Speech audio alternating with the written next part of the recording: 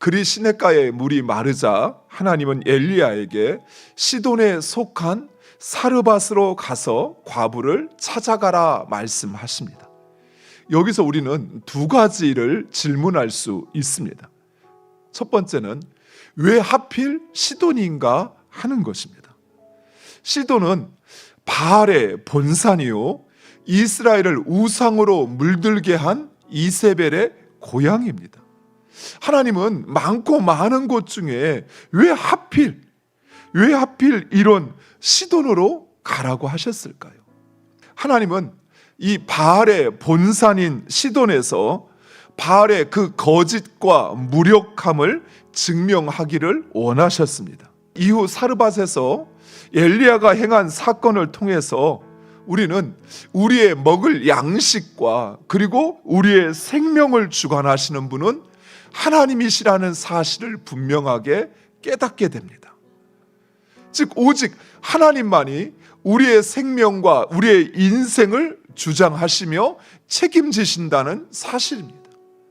바알이 풍요의 신이요 농사의 신이요 물을 관장하는 신이지만 그러나 정작 그 땅에 드리워진 가뭄 가운데 아무것도 할 수 없지만 그러나 하나님께서는 우리의 먹을 것을 책임지시고 그리고 우리의 생명도 죽은 생명도 다시 살리시는 생명의 주인이신 것입니다. 아마 아합은 엘리야가 피하였을 엘리야가 알고 있을 만한 곳 또 엘리야와 관계가 있는 모든 곳은 다 뒤졌을 것입니다.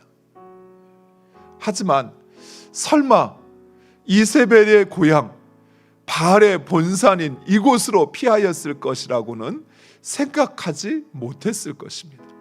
그곳으로 엘리야를 보내 찾지 못하게 하시는 것입니다. 마지막 세 번째로는 하나님은 엘리야를 훈련하시는 것입니다.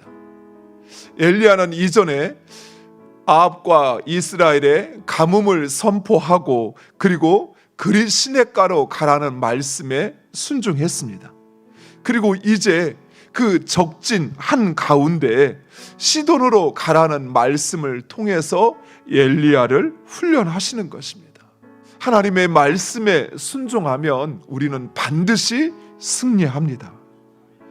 그러나 우리는 이 순종이 잘 안 돼요. 아니, 정확히 말하면 순종을 하지 않는 것은 아닙니다. 순종합니다. 그런데 우리의 순종은 우리의 마음에 또 우리의 생각에 또 우리가 할 수 있는 거기까지 순종합니다. 그러나 하나님이 원하시는 것은 하나님의 말씀에 철저히 순종하는 것이에요. 너무 감정이 상해서 그래서 자신도 모르게 툭 말이 튀어나오고 행동이 범해지는 것이 아니라는 것입니다. 하나님은 다 계획을 가지고 행하십니다. 따라서 우리는 어떤 상황에서도 당황하거나 두려워할 것이 아니라 오직 그 하나님의 뜻을 찾고 순종하면 되는 것입니다. 때로는 생각하지 못한 일이 내 삶에 갑자기 찾아올 때가 있어요. 그럴 때는 우리는 당황하죠. 왜 나에게 이런 일이 아직 준비도 안 됐는데 왜 이런 일이 나에게 일어날까? 그래서 앞으로 어떻게 될지 두렵습니다.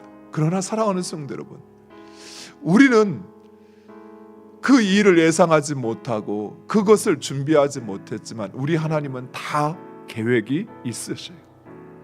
그러니 당황하지 마시고 우리가 해야 할 것은 하나님의 뜻이 무엇인가?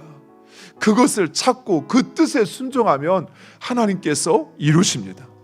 하나님께서 사르밧 과부를 찾아가신 이유, 그리고 그녀에게 마지막 남은 그것을 요구하시는 이유, 그것은 바로 그 가뭄의 기간 동안 그녀의 밀가루통에 기름병에 그 밀가루와 기름이 모자라지 않도록 넉넉하게 하시기 위하여 그녀를 찾아가신 것입니다.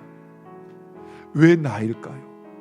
그것은 바로 내가 하나님의 사람이요 그리고 하나님의 말씀이 진실한 것을 나로 알게 하시기 위함입니다.